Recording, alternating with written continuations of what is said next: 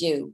I will turn to you, and you are free to talk to us a little bit more about your background, about the Asian Advisory Board, whatever you think we should know to improve relationships in Virginia with our Asian community, to make Virginia a more welcoming state. That's my first topic today. Sure, thank you. And thank you again, Senator, for the invitation and for giving me and Suk Young a forum to have this important conversation. I'll tell you a little bit more about the board, and then I would love to just really have a dialogue on any questions, Senator, you may have, and hopefully we can make this a bit of a talk show here. But as you had mentioned, I am chair of the Virginia Asian Advisory Board. It is a 21-member volunteer board whose purpose is to advise the governor on issues impacting the Asian community in the Commonwealth and to recommend administrative, executive, and legislative solutions. So therefore, we don't make the policies, but we help influence them. The Secretary of the Commonwealth's office is responsible for the gubernatorial board appointments and ensures that we have a diverse representation on the board, various ethnicities and occupations, geographies. So we span the Commonwealth of Virginia. I'm based out of Richmond, Virginia. Various backgrounds and experiences so that we have diverse thoughts and perspectives that we can bring to the table. And of course, the end result is to provide an annual report of recommendations that we present to the governor.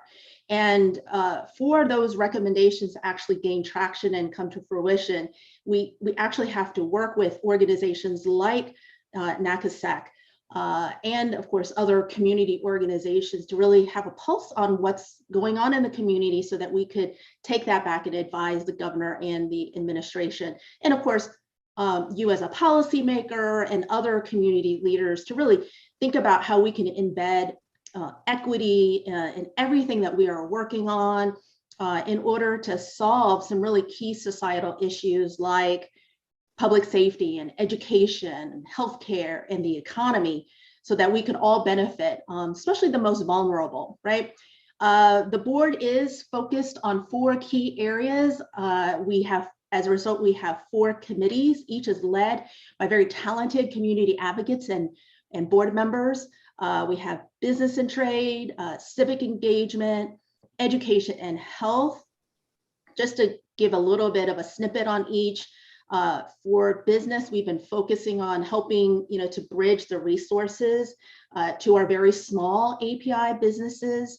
As a result of the pandemic, many of them have been, suffering and closed up shop and trying to get loans and, just really trying to stay afloat. And now we have to think about how to bridge resources to get them back up to, business and thriving again.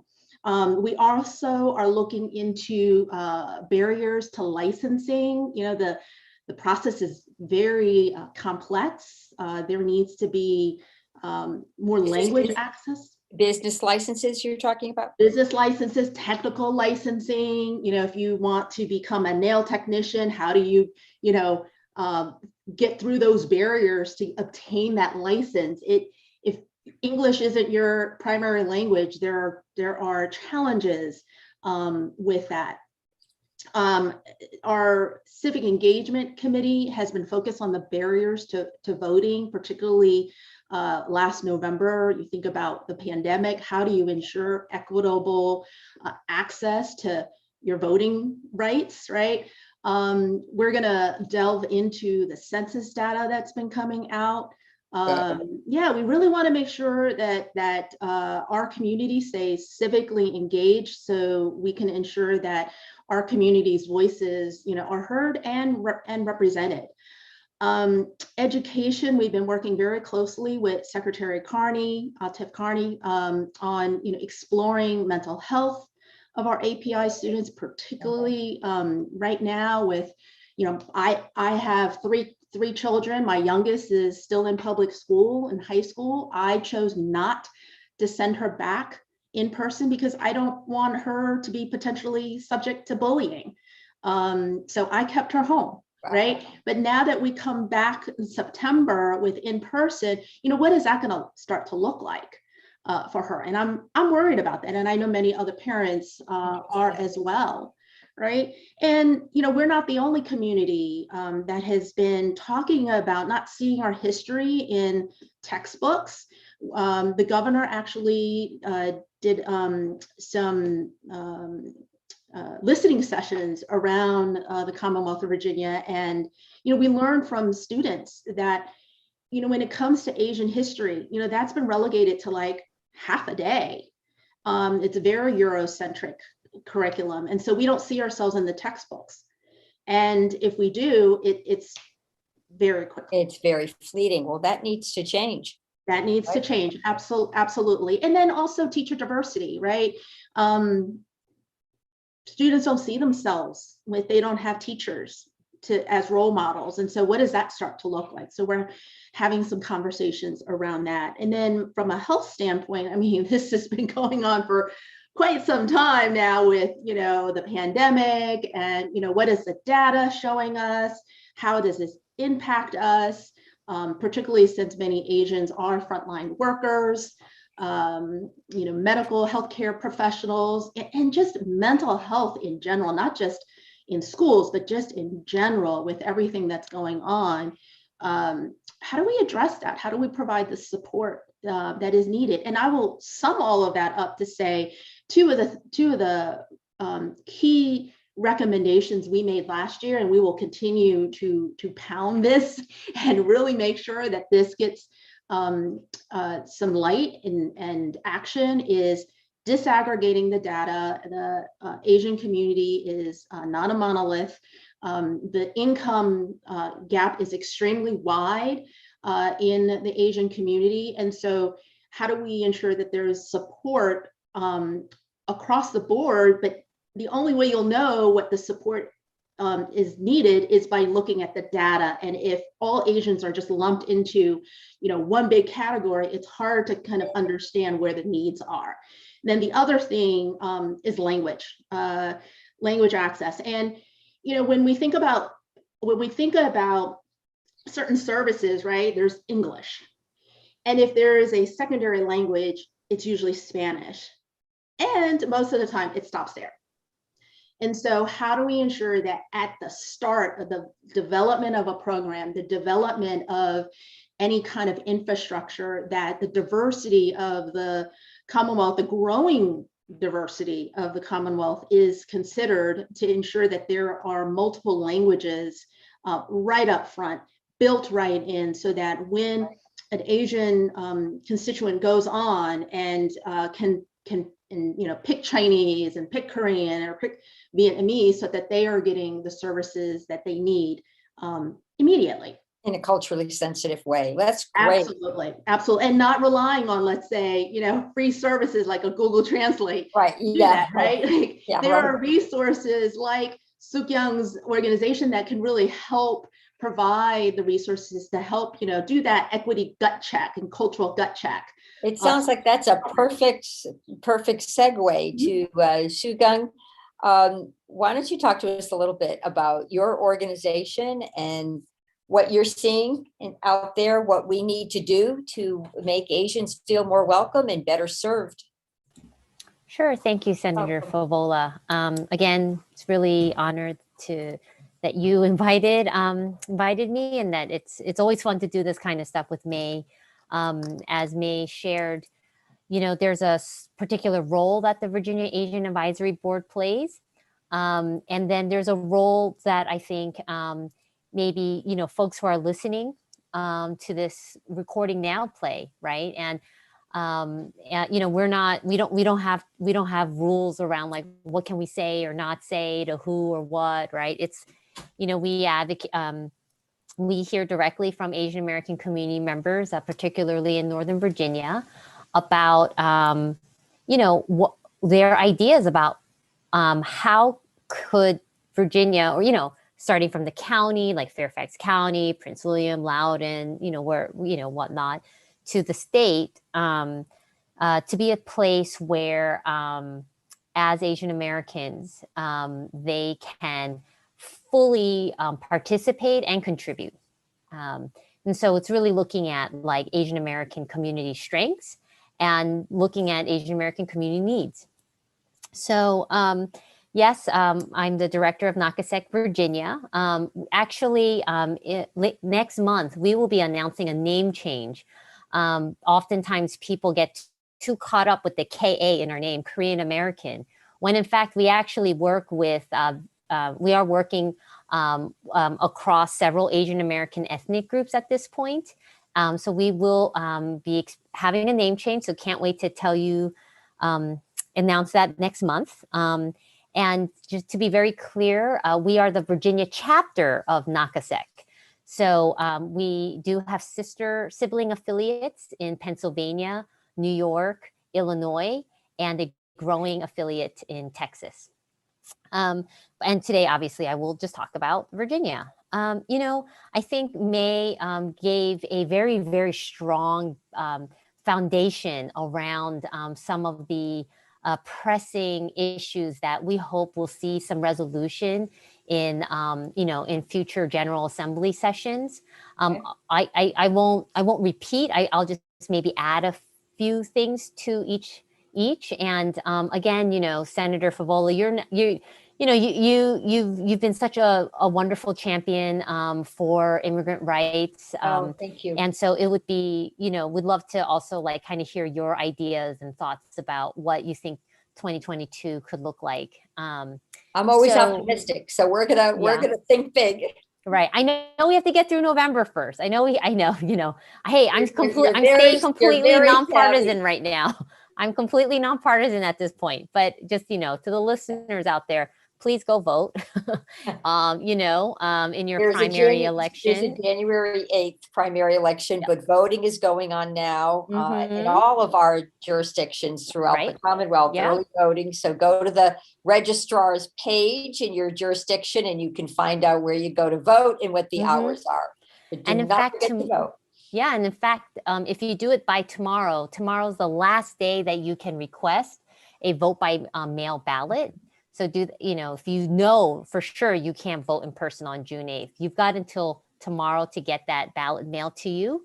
Otherwise, you can vote in person early until June 5th. Right, that's right. So let's see, there's a couple of things. Yeah, so for NACASEC Virginia, you know, we have really been hearing a lot from Asian Americans.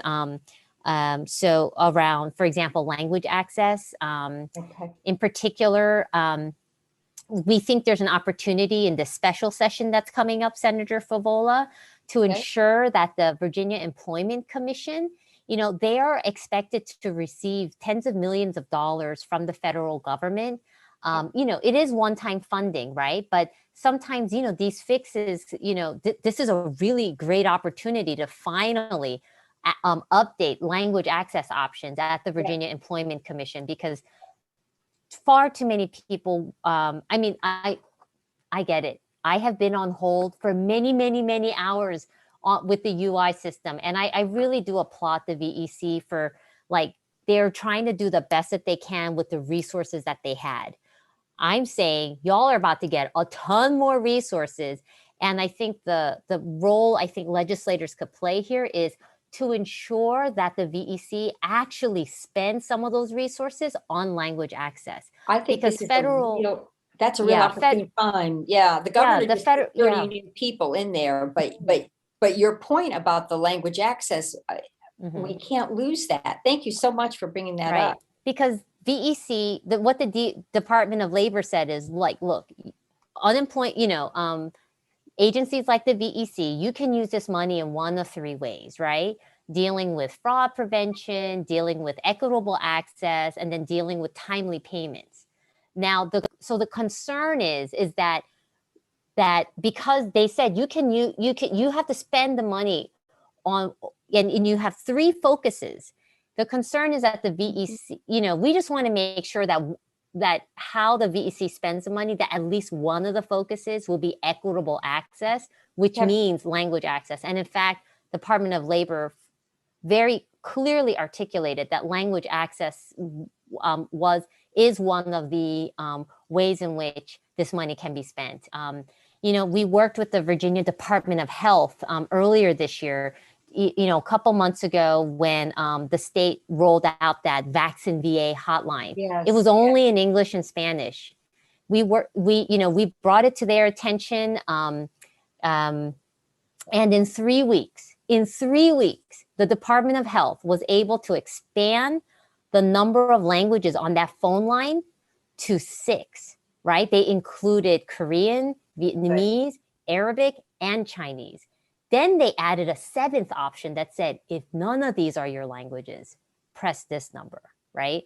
So it's really hard at this day and age for a state agency to say, we can't do that. And when I'm like, literally the Virginia Department of Health did it over the span of 3 weeks. I understand, maybe their VEC is using like legacy technology.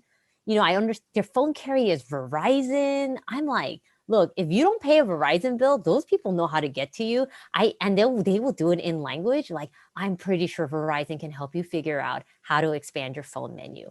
So, it's the first time a state agency has had a multilingual phone menu beyond English and Spanish. We believe that this can and should be the model for other state agencies. Okay. And so that would be like a very clear ask for the particular special session.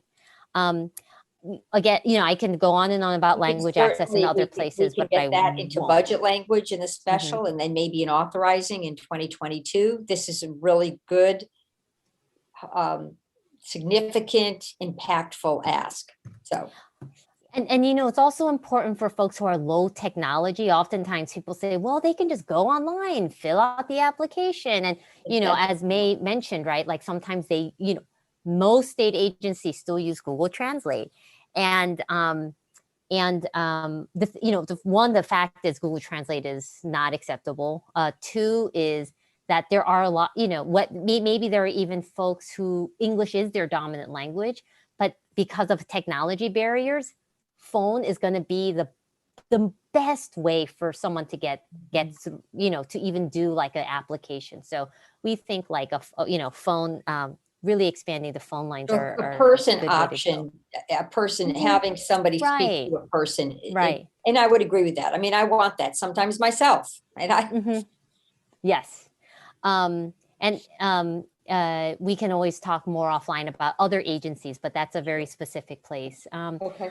I wanted to, May also brought up data disaggregation. This could be a game changer if we were to also start in like specific agencies. So in particular, 2 agencies that we've been trying to get more conversation going around data disaggregation would be the Department of Education, like student data, right? Mm-hmm. Okay. So again, we oftentimes Asian Americans, we get talked about like, oh, model minority Asian Americans are fine. They like graduate on time. They have high test SOL scores. They don't, et cetera, et cetera, et cetera. And what we find is if you start to do crosstabs, right? Like Asian Americans who are low income, right? Or what if you're looking at, but that's we can only do that to a certain point though, because the data stops at Asian American and then Pacific Islander, right? So what we're asking for data disaggregation is let's just get more specific about ethnicity.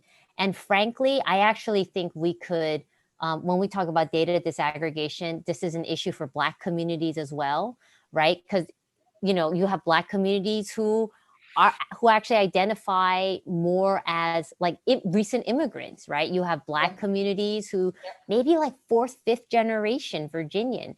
And then with Latino communities, there's, in some parts of Virginia, there may be more indigenous. So they actually don't even identify as Latino. They may be like literally like a Mayan, of Mayan descent. So there's, data disaggregation is truly a cross-racial issue, and there it may be more possible to move it if we start like at a at a particular agency and then kind of like expand out. So we would recommend, given what community members have shared, is around, it's the Department of Education and the Department of Health. Yeah, I would think those two would be, and maybe the Yeah. Department of Social Services. Let's see, I guess I'll just say a few more, two more, and then yeah, I'd love to have a conversation. I love, like, yeah, talk show. It's Yeah, well, I've is this when got, people are usually watching talk shows anyway? I don't know what time talk shows are on, but well, a lot of the work that Senator Favola, as you said, you're familiar with NACASEC, is because of our work with undocumented Asian Americans. Yeah. And we have been having more and more conversations with undocumented Asian Americans who do not have any access to healthcare. And there is something that the state of Virginia could do, which is to expand Medicaid and FAMUS eligibility to undocumented residents. Yes, we made a little progress on that. Yeah, with the elimination of the 40 quarters rule, that certainly was some helpful, progress. Yeah, work rule, and now prenatal care will be provided regardless of the immigration status of the mother, which is a huge. But as soon as that mother gives birth, then she's cut off again, right? From health insurance. There is a limit. Yes, yeah, that's correct. So there's so many ways in which I think that I think U.S. citizens like myself, it's really easy for us to not think about undocumented immigrants because, we're like, well, I don't know any, they're not in my life. But I'm like, literally, did you eat a vegetable or eat some fruit today? Right? Like, I live in an apartment building, right? It gets cleaned like every day. Who knows? Right? I mean, I think that I know for a fact, I go shopping at H Mart, Grand Mart, right? Some of the workers there are undocumented. I mean, there are undocumented people all around us. Their labor, we'll take undocumented people's labor, but we won't recognize them for we are paying taxes. And they're paying taxes, so often exactly. goes unnoticed. Right. My daughter-in-law immigrated from Thailand. She came over as an au pair and, applied for her green card, et cetera, et cetera. And of course, she did marry my son. But talking with her, I can see the firsthand experiences she suffered through when she first arrived here. And it was pretty eye-opening. So we have a lot to do. And I would really and sincerely like to get worker protection laws strengthened. Because so many of our undocumented workers don't get paid fairly for their work. That is so interesting. You actually brought that up, Senator Favola, because we've been dealing with two more recent issues. One is around undocumented workers who are not sure about what their rights are. Yes, technically under the law, employers are not supposed to hire someone who's undocumented knowingly, right? The fact of the matter is it happens, right?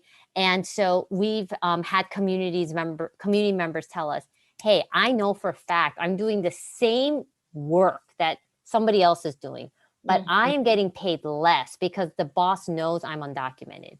Or the boss says, I can't take sick, I don't feel well and I need to go.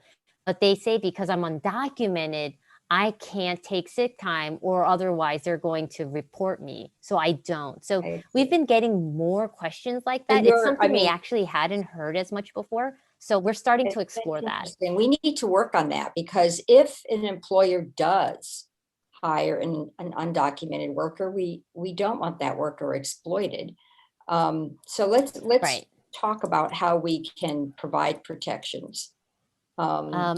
And the last thing I'll say about Asian Americans right now, and I know this is an issue that's also very close to May, is small business owners.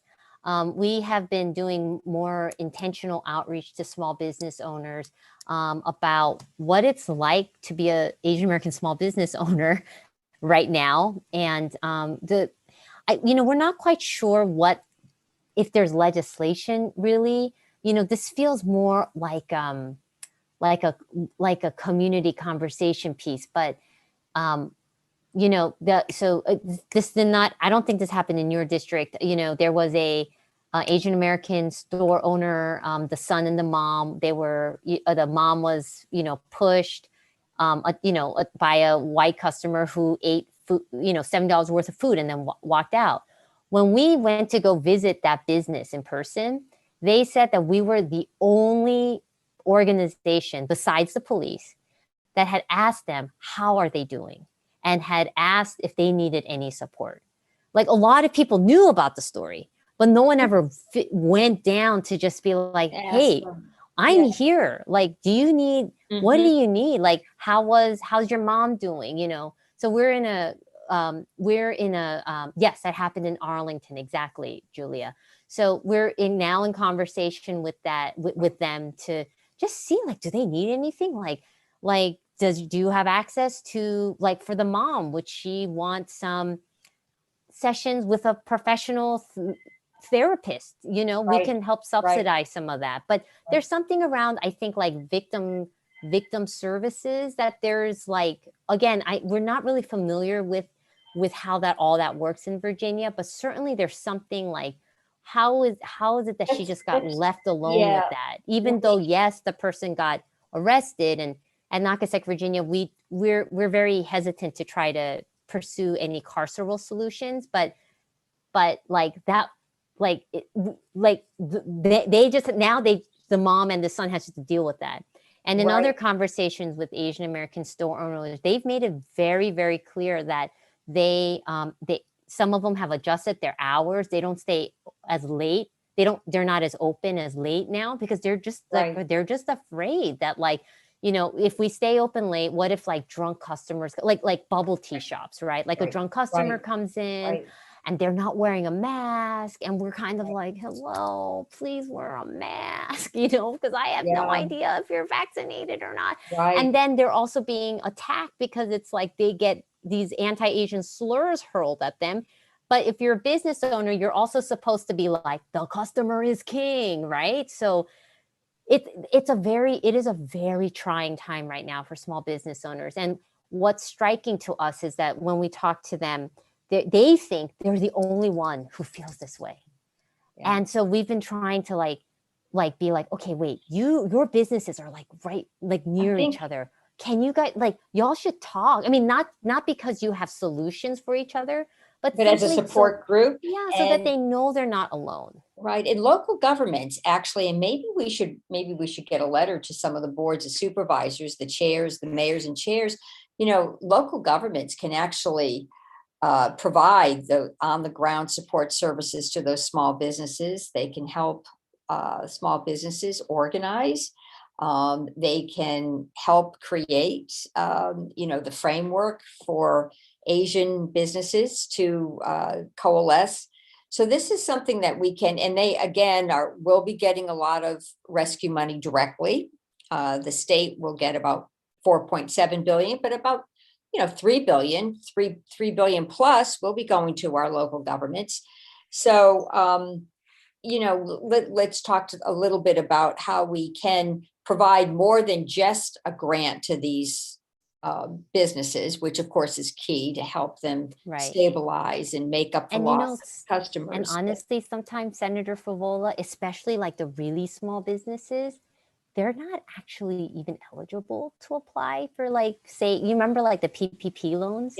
Because of how their business is structured, right? So yes, businesses, if they can, they need capital. I'm sure there are still many businesses who do. I also, I guess what we're seeing from a community organization is also just to let these business owners know they're not alone in feeling like they don't feel like, oh my God, we've been abandoned per se, right? So it's not like, oh, no one, but they feel like these problems they've been experiencing, like very aggressive customers who like you can't even ask them to wear a mask, right? And I get that there isn't really a mask mandate anymore, but for comfort, right? or someone's very aggressive, Mhm. right? Like this sense of like how do I de-escalate that, right? Like this is happening right now. It Mhm. looks like, and I'm trying to de-escalate, and I look like this, or I am brown, right? Like I'm South Asian American, I'm Southeast Asian American, Yeah. right? And like who Yeah. knows what things people are thinking about me, and to try to then like de-escalate is a bit of I mean, folks are kind of nervous around that. I think this is an issue that we should be working with our local governments on. They are boots on the ground. They know they're small businesses, and they should be offering in, this opportunity to talk, to provide support, to provide guidance. Did you want to jump into the conversation? I'm trying to guide it so we can hear from both of you and Sure. Thank you. get Yeah, additional I information. love the conversation, and I love the idea of more localized support, and even what Suk-Young is bringing up, sort of this maybe not call it victim services, something that provides more wraparound services or community-led support to just go to the business owner or whoever to say, what is the situation, and let's figure out what resources that we can provide you and tailor for you. I also think that just people are just so overwhelmed that there's just no time to even find out what I can do. Yes, they are overwhelmed. Overwhelmed. I'll give you an example. My local Chinese restaurant here, I know the owner, she's a mom. She's a female woman-owned business, right? She's a mom with 2 kids. On a good normal day, I see her kids in the restaurant sitting in a booth doing their homework. Can you imagine now that they're home from school, being virtually taught, and now she's trying to run this business? I even asked her, could she participate in the governor's listening session? She's like, I can't get away. Yeah. And so it's like, she can't get away. So then her voice is not at the table, right? Let me ask you this. Is there a role for the faith community in sort of reaching out to the various Asian populations? And I know that, in my district, I believe there's the Korean United Methodist Church is in my district in McLean, the McLean portion. And I know it's a very large community. I have visited that church, and they do offer a lot of services. So, I mean, that's another avenue that we could tap if you think that is a helpful or useful avenue. Possibly. And I also think, but they're also overwhelmed, the chambers, the business chambers provide, maybe thinking of them beyond members of their chambers. There are local county chambers, there are state chambers, regional chambers. But those are also membership driven, so they're overwhelmed as well. I mean, everyone's pretty much overwhelmed. I think it's about really navigating the resources, everybody communicating and to some degree promoting, this is what we can do, and also culturally, not many will raise their hand to say, I need the help. It's yeah, I gathered that from Suk-Young.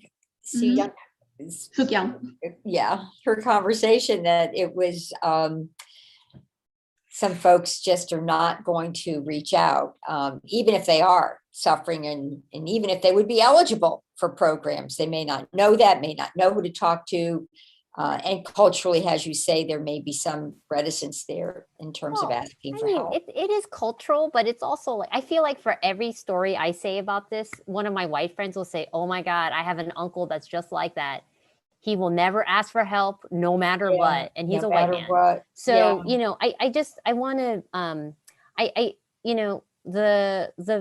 the piece too, I think that is that, I mean, so for Nacogdoches, Virginia, we've been really, like, the last 3 months, especially after the shootings in Georgia, we've have done a lot of like thinking about, okay, do we need to do something differently than what we're doing now, right? And we've been thinking a lot of, in terms of like also like learning from LGBTQ communities, where there's a place for like things like violence prevention work, right? Like, how do you talk to non-Asian American? I mean, sometimes we actually need to talk to Asian Americans about this stuff too, Yeah. right? Because Yes. our communities don't always recognize violence when it happens to us, or will trivialize it, right? Like, so somebody like, like pushes us, it's sort of like, whatever. It didn't mean anything. It just happened once, whatever. Or like maybe, somebody says, go back to whatever your country, or Kung Flu, or what, anything. Yeah. And there's a way in which, though, if you hear that enough times over time, I'm sure Senator Favola, like there are so many ways in which, I'm sure as a woman legislator, you may have been told like, well, you can't do this, you're a woman, right? You hear it once, you're like, screw you, go away. But you hear it a lot of times, it's going to start messing with your head, right? And so there's a way in which we think there is a place for violence prevention, in terms of like how do we just like start educating our own communities and non-Asian Americans about the many faces of violence, Yeah, that's an interesting. I've got a and question. sort of the continuum of that. So All right, we're starting to like build some curriculum and hope to be able to do some workshops in the future. All right, a question has come in from an attendee. Can the state of Virginia encourage local areas, cities, and counties where businesses, especially small businesses, exist, to focus on communications with their local authorities to minimize violent behaviors by customers? That's sort of what we were talking about, is can local governments provide support to our smaller businesses, especially our Asian-owned small businesses, and to help them navigate the complexity with customers, wearing masks, still trying to, the pressure on the small business to still try to serve the customer and keep the business running. I think maybe part of this is acknowledging that our local governments need to do some outreach to these businesses and be prepared to provide this support. I will tell you that goes both ways. It goes both ways. I've been working with Henrico County and Chesterfield County, several Asian community leaders. We have a group, the Asian and Latino Solidarity Alliance. It's a nonprofit that I'm a founding member of and I chair. We have gone, to the extent of developing relationships and cultivating relationships with county leadership. So, way before this pandemic even happened, right? And so when the pandemic hit, then it became a little bit more accessible for us to sit down and have these conversations around, cultural competency. But then with the pandemic, right, it's about helping outreach certain communities to encourage testing and vaccination, and we talked about undocumented earlier. It's about how to remove some of those barriers so that undocumented Virginians feel comfortable going to some of these vaccination clinics to get vaccinated. Many of them are fearful of showing up because of the law enforcement, which they're there for a reason, not because for any other reason, but there's fear of ICE showing up. And so they're not getting vaccinated. And so that doesn't help Commonwealth get vaccinated, right? And so the county, it just depends on the county leadership, the size of it, of course the leadership itself, but it also behooves community leaders, faith leaders to have a seat at the table and insist that we sit down and work together on some of these issues. Yeah, I think these are great ideas. I think these are opportunities. Whenever a situation comes up that sometimes is unfortunate. I think it's an opportunity for us to maybe use it as a catalyst to change and to maybe make corrections in our systems, which is sort of what we're talking about now. We need to take opportunities like this, and there have been documented cases of hate crimes against Asians, and we need to take action and make social change. I'm just curious, now I'm going to move more towards our hate crime statute. Are there ways we can strengthen our hate crime statute? I did pass, as you know, a more robust hate crime statute in 2020. And I included those with disabilities as well as, the ethnic racial categories that were covered in the federal legislation.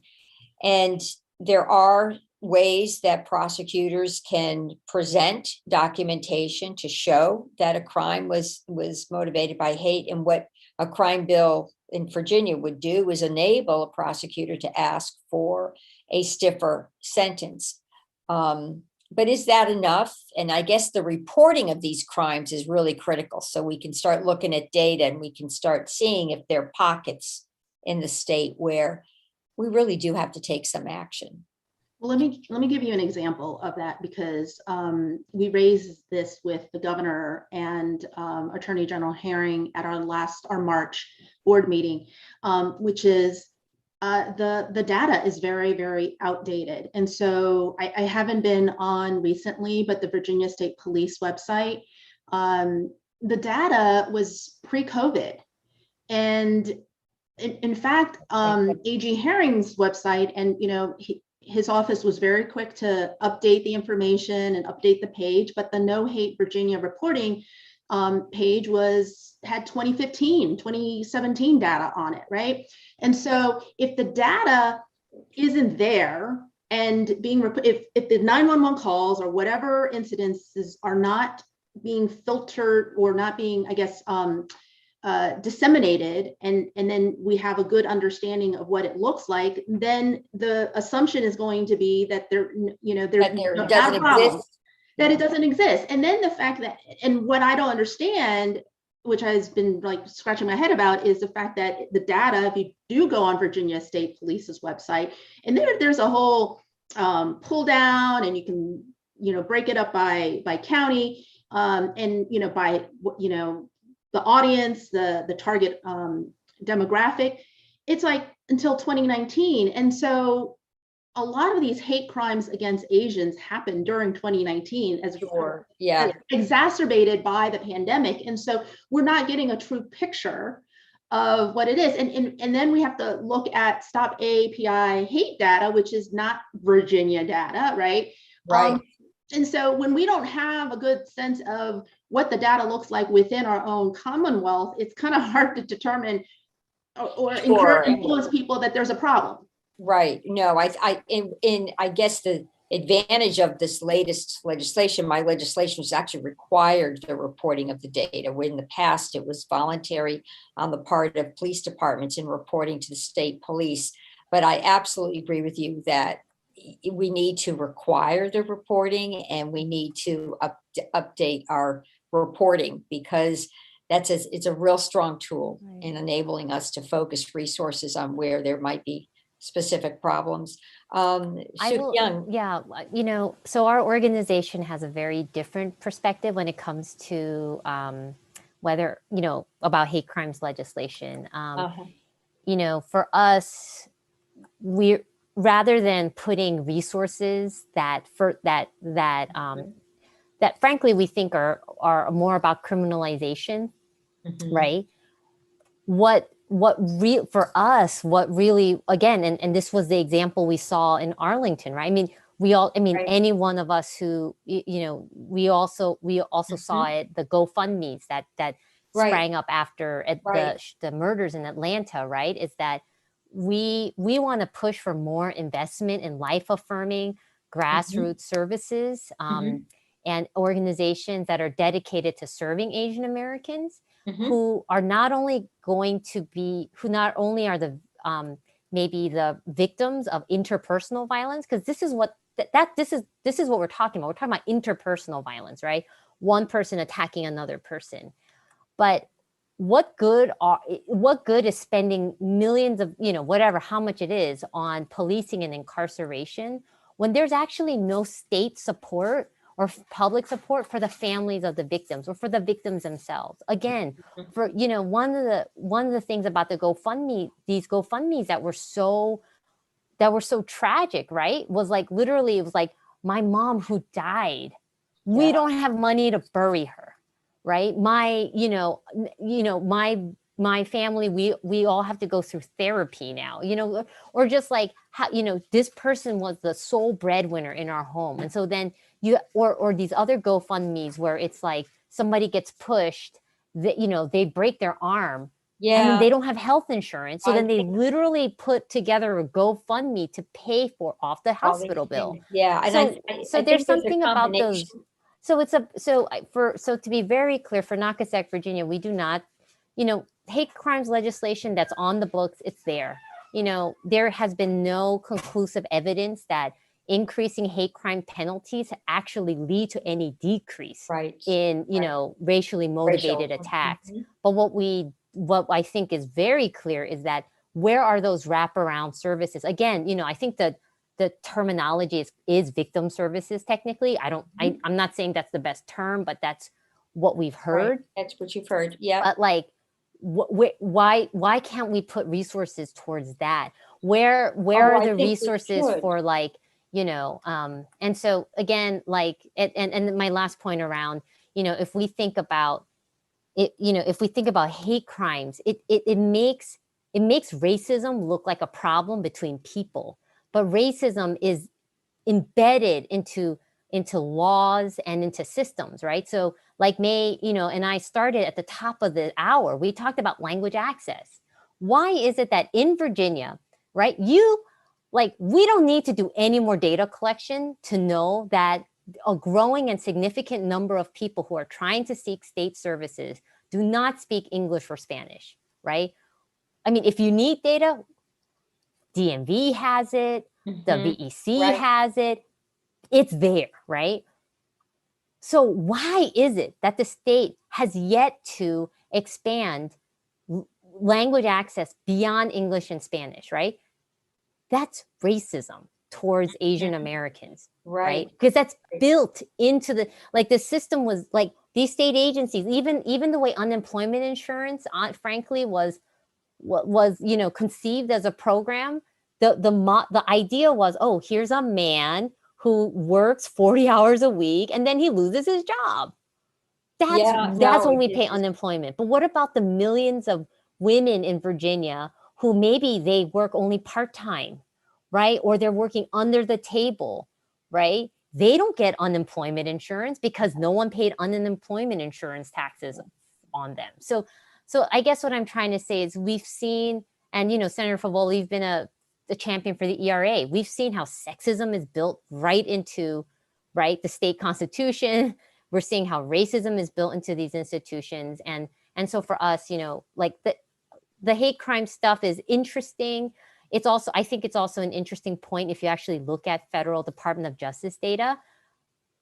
Just as many, if not more, white people report hate crimes committed to them. Men report hate crimes reported to them. And so actually there's a lot of problems that can happen when you say hate crimes, because white people, men, straight people, they're just as likely I think it's just a tool. It's a tool to say we want to be inclusive and tolerant.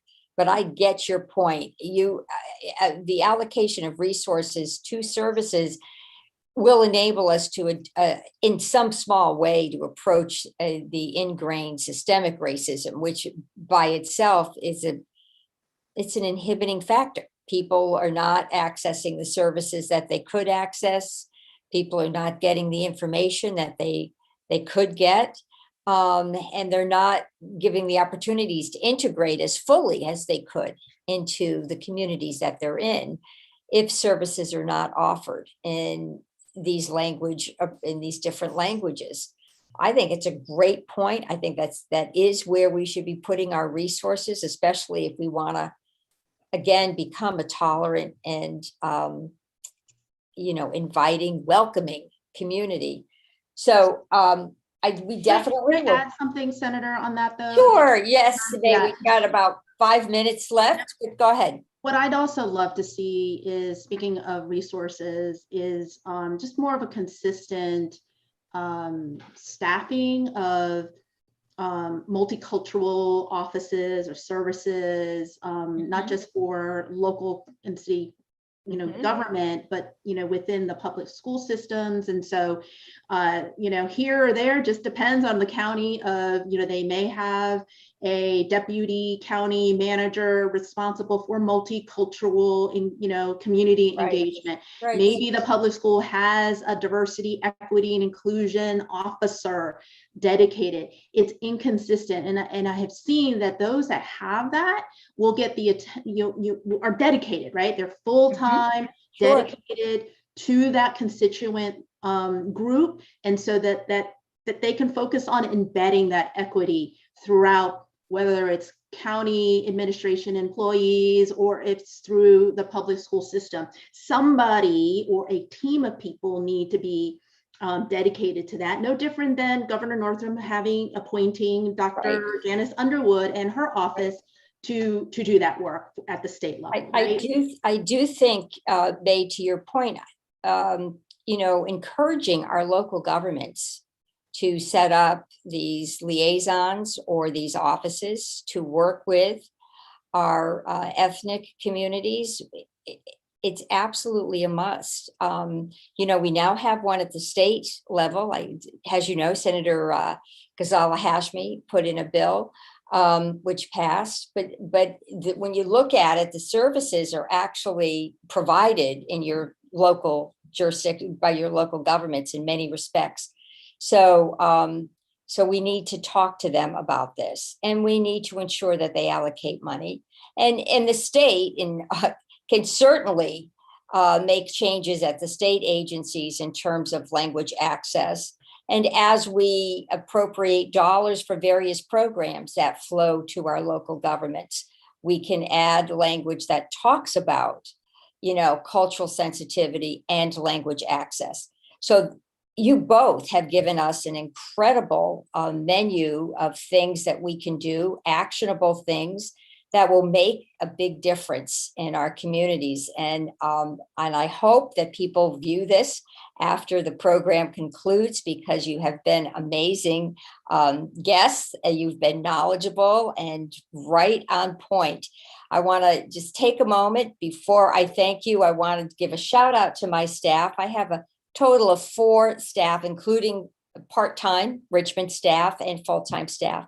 And of my 4 staff, 2 are Asian American. My chief of staff, Julia Chun, comes from Korean descent, and my communications director, Jacqueline Nguyen, comes from Vietnamese descent. So I am proud to say that I have lots of conversations with my staff. We talk about these things, and you all have done a great job, I think, of putting your finger on the pulse in a way that will translate into policy and into action.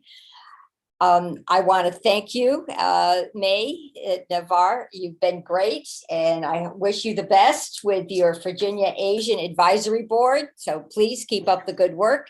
Suk Young Oh, you've done a wonderful job with the national, I guess it's the Virginia chapter of the National Association of Korean Service and Education Group. They're very lucky to have you. We, as a community, are very lucky to have the 2 of you. And I extend my greatest appreciation for you talking to us for this hour. So thank you. Have a great day. And we will put this link up and try to encourage people to view it, because you all were very, very on point.